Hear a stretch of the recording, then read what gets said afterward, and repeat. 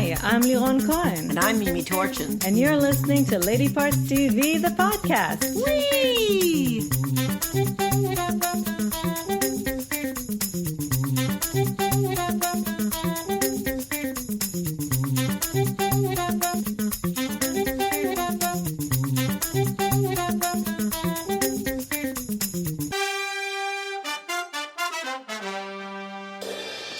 Hi, everybody.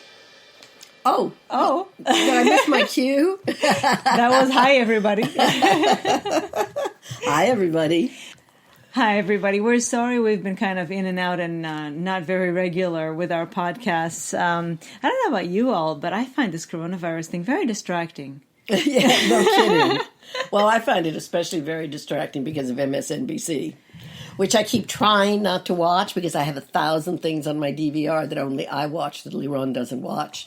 But it's not even that we've been watching a lot of stuff. It's been so distracting. Yes, I know. It's been very distracting. But I've been watching a lot of MSNBC. Yeah, no, I know. Shout out to Nicole Wallace, who Trump called out. You know somebody is really doing well if Trump calls them Trump out. hates them, when he says something bad about them, that she was booted off The View because she had so little talent. She was booted off The View because they wanted a Republican agitator, and she was just too even-handed and honest. You know, speaking of which, I just have to say, if you haven't never watched the movie Game Changer, you got to watch it. Because every time I think of Nicole, I think about Sarah Paulson. Who played her. Who played her, yes. And, of course, Julianne Moore played Sarah Palin. I'm so happy Sarah Palin is kind of out of the... Who? Exactly. Yes, if only. Forever. So, speaking of not watching that much, all this time, I think it's been 3 weeks since we did. By the way, we have done other things. I hope you've been catching up with our lesbian movie clubs, interviews. Oh, yeah. We've been busy. It's not like we've been busier than usual, yeah. I feel. So we tallied 62 primetime shows, out of which 31 were written or co-written by a woman, which is exactly 50%. Directed 21, which is 39%, not my favorite stats, but it's okay. Well, for us, it's a small sampling. It is a small sampling considering the amount of time that it took to accumulate. It's true. It's also television. So, like 1 week you have a show, the next week you don't have a show. The Good Fight, by the way, I know I'm digressing, but we started watching it, and at the end of the second episode, they had a whole thing about why they needed to take a week break before they could air the third episode. It was so great. And it was better than the show. Yeah, they showed how every single one of them, the cast, the crew, they all showed how the episode had to go from basically one country to another to go through all the various stages of making an episode. Well, I think it went from one state to another. No, in the end, they actually sent it across country. Not across country, across the continent. Yes, and it was just so brilliant. And you realize, really, even the ones that managed to shoot in time. The post-production is very difficult. Thank goodness to digital, because those things can be done at home now, but they just have to be done at various homes around the world. So pretty amazing stuff. But there, even with all that stuff, we managed to have good new shows, good new movies, and we have lots to tell you about. Starting with a documentary that I'm pretty sure most of you have seen already, but just in case you haven't, and just because we should mention it, it's a new documentary called A Secret Love. It's on Netflix now, directed by Chris Bolan, and it is executive produced by the God, Ryan Murphy. Oh my God! Oh my God! Ryan Murphy. Exactly. I think about half of what we're doing today is Ryan Murphy, pretty much, and it's. When we saw the trailer, we had an idea of what it was going to be like, and it actually turned out to be quite a different movie. Different, yes. It actually had a narrative that it managed to. I mean, it wasn't a written narrative, but they picked a certain aspect of this 60-year mostly hidden relationship, and made a story out of it about acceptance and family. And, well, first of all, it's about two women, Pat Henschel and pro baseball player Terry Donahue. That's already one thing I didn't know. Yeah, she was one of the people represented in well, come on, the baseball movie for girls. Oh, yeah, A League of Their A Own. League of Their Own. And they fell in love in 1947, and for the majority of their time together, 65 years, they really were in the closet referring to each other as cousin and friend. Because they lived with each other, so they said they were each other's cousins. And I think they lived in Chicago for a very long time, where it would have been natural for two women to be roommates and to share money, to share rents, and just even for protection. Chicago is kind of a shady town. And so I thought it was going to be about how they kept it a secret. Or all that. It wasn't even. Actually, it wasn't at all about that. It was. No, I mean there were aspects of that, of course. I think they managed very subtly throughout the movie to show little things about what it meant to be gay in various time throughout their lives. Even with the thing like that, they had to tear out the names at the bottom of their love letters. Pat was a very good poet, and she wrote many poems to Terry, and when they revealed them to Diana, their niece, Terry's beloved niece, she said, "Why are all the bottoms torn off all the bottoms?" She says, "Well, because we didn't want anybody to, in case they found them, we didn't want anybody to see the names, so that way they would know we were gay." Yeah. So those little touches, Amazing. They didn't make much about them, but they were so subtle. And there are a lot of photographs and home movies. Yeah. And they actually had a very full, wonderful life. A great set of friends, gay friends. And this turned out to be more of a family drama about what it means to get older together. It was about marriage, about end of life decisions, and about coming out very late in life to their families. It was quite a different movie from the movie that I had expected it to be. And it was very beautiful, very emotional, very moving. And you would have thought these people were actors. They were so good. They were so good at playing real people. Yeah, well, and they revealed a lot. I mean, they let them in on very intimate moments of their lives, they really did. I think that's pretty amazing. So. And that's why it was so good, because they didn't censor themselves. They allowed their emotions, their story to be fully realized and told to the world. Exactly. I wonder how they found them to even know about this story, because it seemed kind of to unfold in real time. So, A Secret Love, a new documentary now on Netflix. If you haven't watched it yet, we highly recommend it. Yes, it's lovely. Speaking of Ryan Murphy, we were supposed to tape it on Friday when it came out, but we ended up taping it today, and so we can tell you that we managed to binge the whole thing in the meantime. All 7 episodes. In 2 days, right? Yep. And and basically, throughout the span of 24 hours, we watched all 7 episodes. It's called Hollywood, created by Ryan Murphy and Ian Brennan. And Ryan Murphy has made this multi-billion-dollar deal with Netflix, and I am loving it. Thank you, Netflix. He's so imaginative, and he has so many stories to tell, and so many ways of telling them. As this, and like so many... Liron will tell you.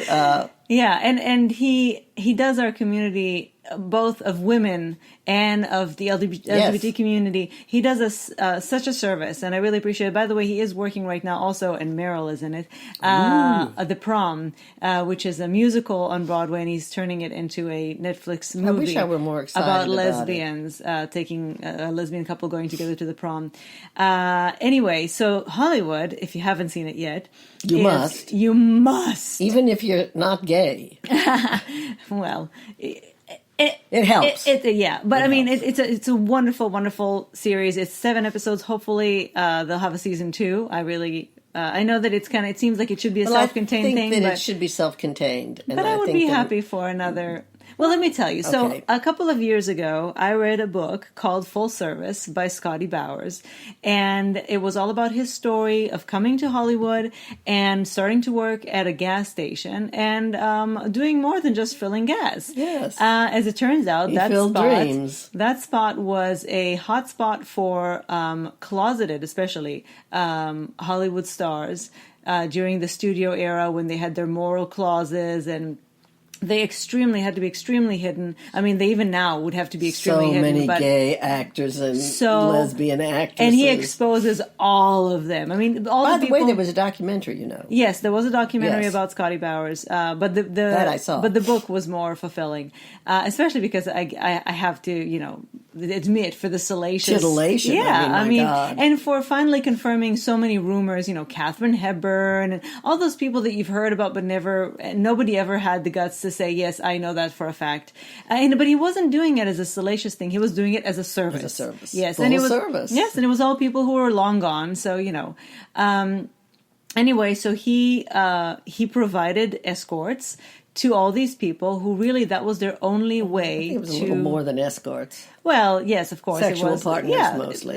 Yes, tricks. I mean, but the way that it's, I think, also even in the series show, it wasn't really just about the sex. It was about this is the one place that they could just be themselves. Exactly. And so this is loosely based on Scotty Bowers' story. Well, it's really a jumping off point, and it's a point it's sort of the anchor. Right. Everything sort of returns to that. Yes, completely. But it's not about that. What it is about, it's about showing from the point of view of the minorities in Hollywood, women, people of color, gay people. What it starts off in reality, and it actually centers around a few characters that some of them are real, like Rock Hudson, for example.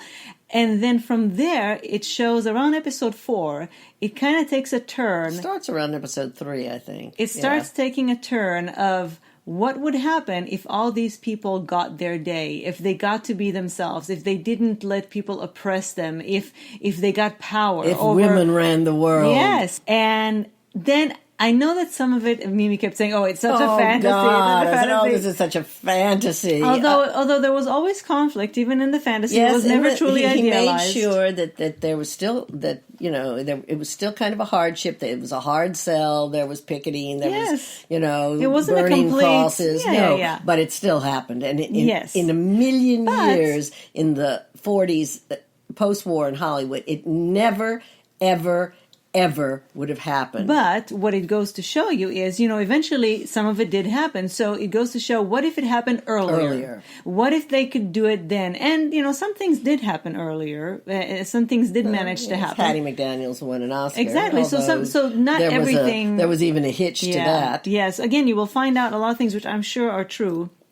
You'll find out a lot of behind-the-scenes information that will be kind of astounding to you. But tell them the cast. I was just about to say, the cast is phenomenal. First of all, I have to tell you, the cast, as a lot of Ryan Murphy shows are, is comprised of the fabulous, well-known, icons, as well as newcomers who are so wonderful. Good. So, from the people that you will know and you love, Holland Taylor, Patti LuPone, who I was divine. Just to die for. Mira Sorvino. Please, Holland. Darren Criss, Queen Latifah, Samara Weaving, Paget Brewster, Joe Mantello, who was so Joe Mantello wonderful. Was one of my favorite characters. And he also looked very handsome with that gray hair. Jim Parsons, who will make you throw up in your mouth a little bit. Exactly. He will make you gag. He's so vile. Dylan McDermott. Oh, he was so wonderful. And a few of the newcomers, David Cornsweet. I don't know why if you're listening to this, change your last name, please. Yes, Cornsweet is what I think it is. He's gorgeous and he's wonderful. Laura Harrier, Jake Picking, who does a wonderful job as Rock Hudson. And Jeremy Pope. Laura Harrier, was she Camille? Was Camille. Yes, she actually was on General Hospital for about 100 shows. And yes, but once you've done Ryan Murphy, you're there. Yes, you've arrived. The youngsters weren't in general quite as good as the... Well, they have a ways to go. But that's as it should be. Yes. They were newcomers. And they were aspiring actors. You watched them learn. And how much did I love that? You see Holland Taylor actually giving them an acting notes. coach. And yes, it's so... especially if you love the behind the scenes of the making of movies. Yes. It's just so great. And everybody turns out to be kind of nice. Even the bad guys. Very nice. Even the bad guys have their moments. It's such an idealized world. Oh, but isn't it nice to spend a little time in an idealized world? It's not a criticism. It's an observation. Yes. It's a totally idealized world, even when a few, I mean, listen, there are bad things. Yes. And all the things, what it does is it shows you what reality was, and then it changes. Then it flips what it it can on be. on its ear. And it's very satisfying. We And love it's very it so glamorous, much. and it looks like the period. And we just wanted to be in that time and spend time with them, Yeah. We just wanted to spend time in that world. But they didn't have enough lesbians. Okay, so it's a lot of it is about the gays, but there was just one little thing about a lesbian that was just kind of a throwaway, and I felt kind of bad about that because there were lesbians in the book, and again, And there were lesbians in Hollywood. How fabulous would it have been to include Katharine Hepburn in there? They should. Well, there were actually two things. One actually revealed kind of a love affair that apparently had been rumored but never confirmed. So there were a little bit, but Ryan Murphy as a gay man, I guess, focuses more on the gayness, though he is working on The Prom right now, which is all about lesbians. I wish, also when Pose, when they kept saying it's about the LGBTQ community. No, there's no L. There's no L. It's No L mostly there. about the trans community. Yes, but there were also gay yes, boys. there were some gay boys, right. But, so, well, he did just executive produce a documentary about lesbians, so okay, we'll forgive him. But I would have liked to have seen a little Yes. more about lesbians in Hollywood. Yes. That would have really been fun. But you will. Season 2. The lesbian side of the coin. See? Yes. There you have it. So Hollywood, I know we talked about it kind of endlessly, but we had to because we just loved it so much. It's so good. It's on Netflix, 7 episodes. Go watch. Suspend your disbelief, people, willingly. And still on Netflix. I mean, Netflix has been doing a lot recently. Well, it's always doing a lot. Fauda, an Israeli show, which is one of my favorites. It is subtitles, but you can live through that. This is the 3rd season. It's created by Lior Raz and Avi Isacharov. Thank you. Lior Raz also stars in it as Doron. It's about, there's a boy named Aladaka who you have to know because he plays Bashar's very, very big character. In this season. Yes. Oh, yes. Itzhak Cohen, Ronali Shimon, and Marina Maximilian Blumen. Yes. It's a good thing she stopped with 3 names because otherwise she wouldn't have been able to be on our cover. That's all. Poor girl. Soap Opera Weekly only allowed you 3 names. I know. I guess Lady Parts will have to continue that tradition. Yes. Anyway, we binged on the entire 10 episodes, 12 episodes? Something. Yeah. In less than 24 hours. Once again, it's quite a different cup of tea. From Hollywood? Quite a different glass of Manischewitz from Hollywood. It's about a counterterrorism, a very elite counterterrorism unit in Israel. Works largely sort of with the undercover. West Banks and undercover, yes, with West a Bank lot of and undercover work. Only a few women, but they're very, very important. It's the thing about Fauda that sets it apart from other things about terrorism, and because it is a lot about terrorism, but this conflict, this endless conflict between the Palestinians and the Israelis, and not just Palestinians, because also, mostly it's Palestinians. It's also the terrorist groups, but this is Israel. So, is that it gives you both sides of the story.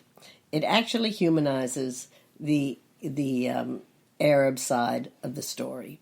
And I think, and to some people, it humanizes the Israeli side of the story. Yes, hopefully to the people who are on the other side of the not argument. only that, it shows you, what this the Jews. This is what I always tell people because when they pick a side, and I say, if you've picked one side, you already got this conflict so wrong. So wrong, exactly. Because you don't understand how deep the emotion, the anxiety, the history goes on both sides. Both sides, and it's another reason why. I don't, certainly not in my lifetime, am I ever going to see peace in that region. But I would subtitle this season of Fauda "The Making of a Terrorist," and it is quite brilliant. You know what I love and is very touching and very moving and very. It's just really human. You know what I love is that there are sometimes movies or on the subject that try to show both sides, but what this does is it doesn't just show you both sides. The characters in there feel both sides. So these people who are part of the counterterrorism unit, because they do so much undercover work, because they live among, and they, specifically in this season, there was Leoraz, he always becomes attached to to somebody on the other side. On the other side, always he fell in love. Last season and the season before, he fell in love with a woman. Right. So you see how the lines are so blurred, and it's so, even to them who you think are so determined in their mission and what they need to be, even to them it's so hard because they feel the other side. It's all people. Oh, I was just going to use another example, but of course, because I didn't say it immediately, I'm it's so gone. Sorry. Anyway, I think it's also so well acted and so well written, and it always is so suspenseful and keeps twisting and turning, and that's why you kind of have to just binge on it. You will be happy to know, if you're a fan of the show, that they're already working on season 4, and that Lior Raz is contracted with Netflix to create more shows for them. So that's very exciting. You should start, if you haven't ever seen this and you like things about this conflict, you like stories about this conflict, you like great drama. You don't mind subtitles. There is some violence. There's violence. Of course there's violence. There has to be violence. It's a violent conflict. Start with season 1 and just watch it. And just binge it. It's a brilliant, brilliant series. Fauda on Netflix. All right.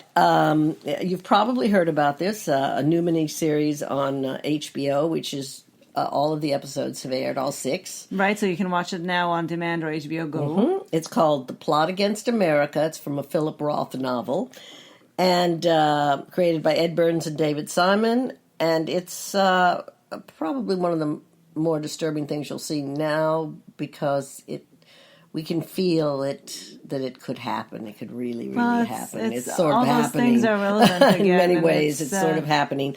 And it takes place... it's the presidential election of 1940, and it's an alternative history. It takes place in New York, right? And it's Franklin Roosevelt running for a 3rd term against Charles Lindbergh, who, as we all probably, or even if you don't know, was a Nazi sympathizer. And Lindbergh wins, and therein hangs the terrible tale. This is during World War II, obviously. War II, yes. And it stars Winona Ryder, Zoe Kazan, who I have never been a fan of and who's just wonderful, John Turturro, who is repellent to the bone, and Morgan Spector, among many other people. But they're the main characters, and it's a family who, I think they live in Queens. They're Jews. And one of the family gets involved with the other side just by falling in love with someone. So you see it unfolding in front of you, as we, in some ways, are seeing it unfold in front of us. How hate wins the day.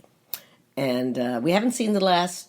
Well, no, we only watched 2, and this is what I was going to say. So we're hoping that it's going to have some sort of a satisfactory ending. Well, I wanted to just... say that it's a little slow, and it's a little, I find it to be, it's good, but there's something about it that it doesn't draw you in immediately.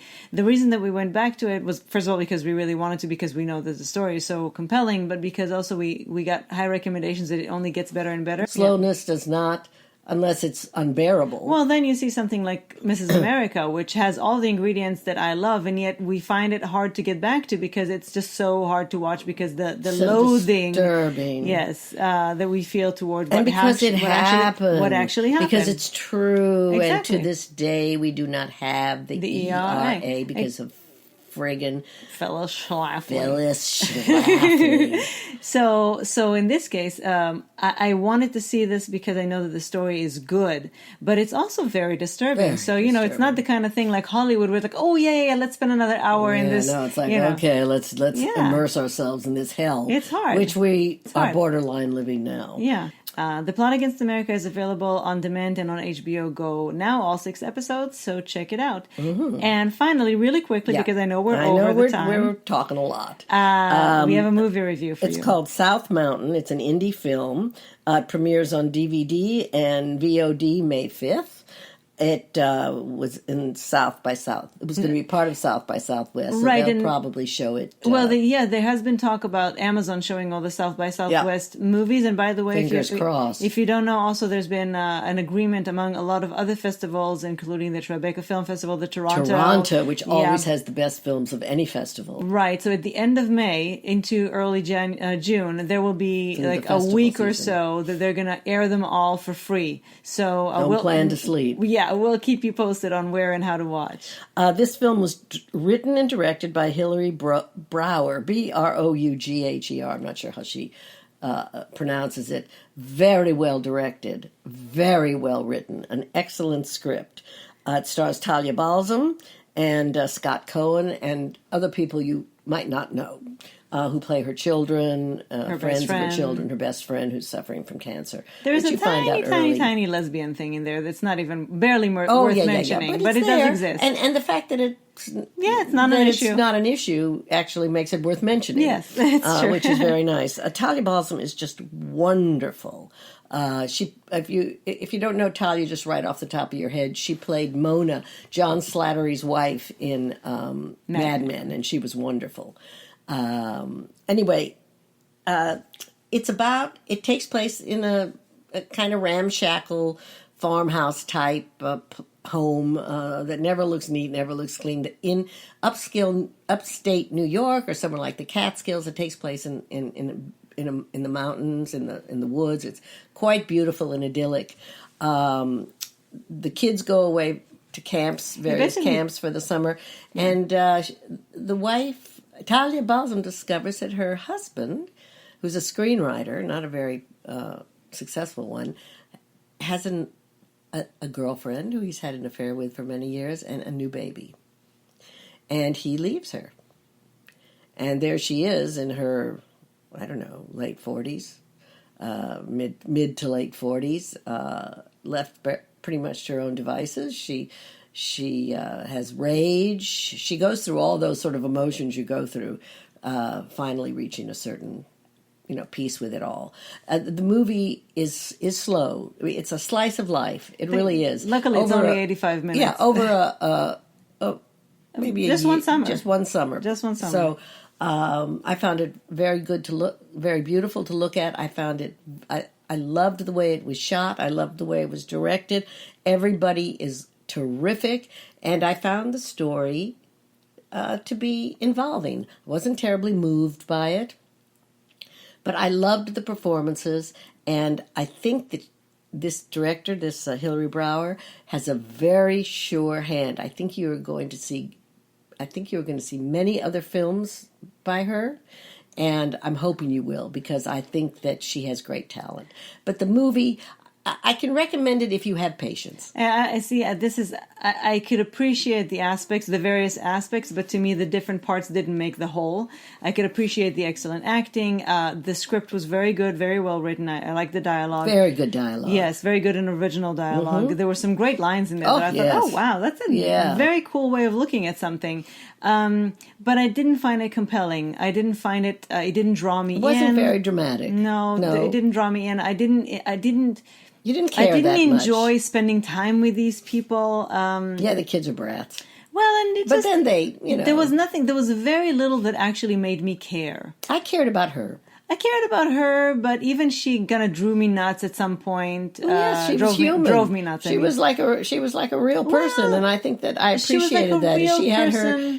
There she was, warts and all, but I liked her. Yeah, I mean, again, I could see all the aspects that were good about it. It's just that I don't know if I could actually, if somebody recommended it to me, I would be sitting there saying, why would they recommend this to me? I'm not enjoying this. Yeah, and again, if you like indie films, if you don't mind something that moves a little slowly and doesn't have too many peaks and valleys, it's a really good film. It's an interesting film, yes. Mm-hmm. It's an interesting film. It's definitely worth mentioning. Prizes. Yes, it won many festival prizes, yes. And it was supposed to be in South by Southwest, so, you know.